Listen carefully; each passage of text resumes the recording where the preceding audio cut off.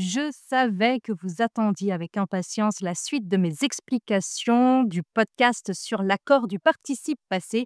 Toujours avec absurdité et un peu d'humour, ça passe toujours mieux. Alors voici la suite des explications. Ah là là, des explications, j'en ai donné, et beaucoup jusque-là. Et c'est pas fini. Je suis sûre que vous vous êtes dit, le premier en reprend des explications, féminin pluriel, il est placé avant l'auxiliaire à boire, j'accorde le participe passé donné pour appliquer les règles évoquées dans ce podcast. Tristement non. Avec en, on n'accorde jamais. Jamais. Promis. Enfin, presque. Je vous autoriserai bien à prendre une petite pause. Mais cette histoire de participe passé est loin d'être terminée. J'ai une question pour vous. À votre avis, on accorde toujours les verbes conjugués avec l'auxiliaire être? Tic-tac, tic-tac. Non, bonne réponse. Analysez. Si vous vous êtes lavé, accordez et est. En revanche, si vous vous êtes lavé les mains et n'accordez pas. Vous avez 3 heures pour me donner une explication rationnelle et avérée par la NASA. Non, vous ne trouvez pas. Ma bonté me perdra. Vous lavez quoi? Les mains. De qui? De vous-même. Donc le pronom vous n'est pas direct mais indirect. Laver quoi? Complément d'objet direct. Les mains. De qui? De quelqu'un. Complément d'objet indirect. Et fait l'accord seulement quand le pronom du verbe pronominal est direct. C'est aussi pour cela qu'on n'accorde pas « ils se sont parlé ». À qui? À eux. Le « se » est indirect. Quand vous écrivez « elle t'est lavé et eux » et que vous vous posez la question « elle a lavé qui ?» La réponse est « elle-même ». Donc le « se » est direct. Et vous avez ma bénédiction pour accorder. Inspirez, expirez. Si vous avez un jour pensé à vous inscrire à des cours de relaxation ou de sophrologie, c'est le moment ou jamais. À partir de maintenant, je ne peux garantir votre survie. Nous avons dit que l'accord a lieu avec être, quand le pronom du verbe pronominal est direct, ou alors avec les 14 petits démons.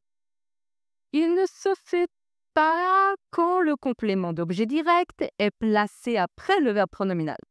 Cependant, je me pose une question. Enfin, plusieurs en réalité. Qu'en est-il lorsqu'il est placé avant le verbe pronominal? Si j'ai envie de dire « les mains que je me suis lavé », j'accorde et est. Ce complément d'objet direct commence à sérieusement m'énerver à naviguer autant. Si c'est imaginer qu'on n'aurait pas le mal de mer, raté. Il s'est permis de basculer avant, après, il ne s'est jamais demandé ce qu'on en pensait de tout ça. Il ne s'est même pas rendu compte qu'il nous avait perdus. Est-ce perdre quelqu'un? Accordez s'il vous plaît. Les complexités se sont succédées, et l'une à l'autre. On s'est tous aperçus, est qu'il allait falloir beaucoup d'heures d'analyse avant d'être capable d'accorder correctement ce participe passé.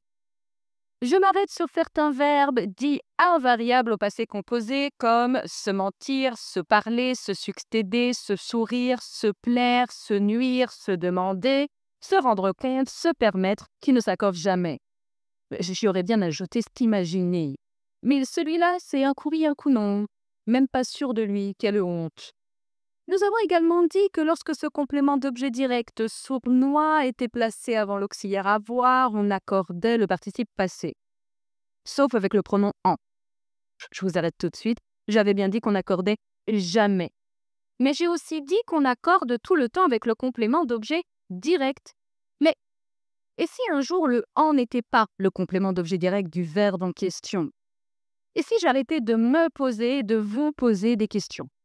Les critiques pour plus tard, s'il vous plaît. Et si j'avais créé un podcast regroupant les critiques envers la grammaire française et que les bénéfices que vous en aviez tirés étaient énormes au point de convaincre l'Académie française de tout simplifier? Vous auriez donc tiré quoi?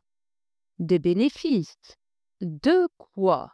De ce podcast repris par le pronom en, qui n'est donc pas COD ici. Il n'est pas complément d'objet direct. Cela veut dire que vous devez toujours vous poser les questions qui, quoi, à qui, de quoi, etc. pour savoir si le pronom est direct ou indirect, que le participe passé soit conjugué avec avoir ou être. Des questions, il va falloir s'en poser, et beaucoup, toutes plus inattendues que les autres. Qu'est-ce que nous faisons dans l'inattendu? Saviez-vous que certains verbes s'accordent, mais seulement lorsqu'ils sont utilisés au sens figuré? Ici, la grammaire française a poussé l'absurde à son paroxysme. Mais rassurez-vous, c'est le cas seulement pour les verbes de mesure, comme couru, parcouru, coûter, mesurer et peser. Si vous répondez à la question quoi, accordez. À la question combien, laissez-les tranquilles et reposez-vous. Tous les podcasts que j'ai parcourus, j'ai parcouru quoi? Les podcasts accordés. Les 1000 kilomètres à pied que j'ai parcourus pour échapper à l'accord du participe passé. Combien avez-vous parcouru? 1000 kilomètres. C'est suffisant pour ne pas accorder. Bravo. Oui, je suis extrêmement contente que vous soyez restés jusqu'ici à écouter ces sornettes d'accords avec lesquels je ne suis point d'accord. Comment ça? Je ne suis pas objective. C'est tout de même à moi, la prof, d'essayer de me dépatouiller avec tout ça pour réussir à proposer une explication loufoque à cette absurdité.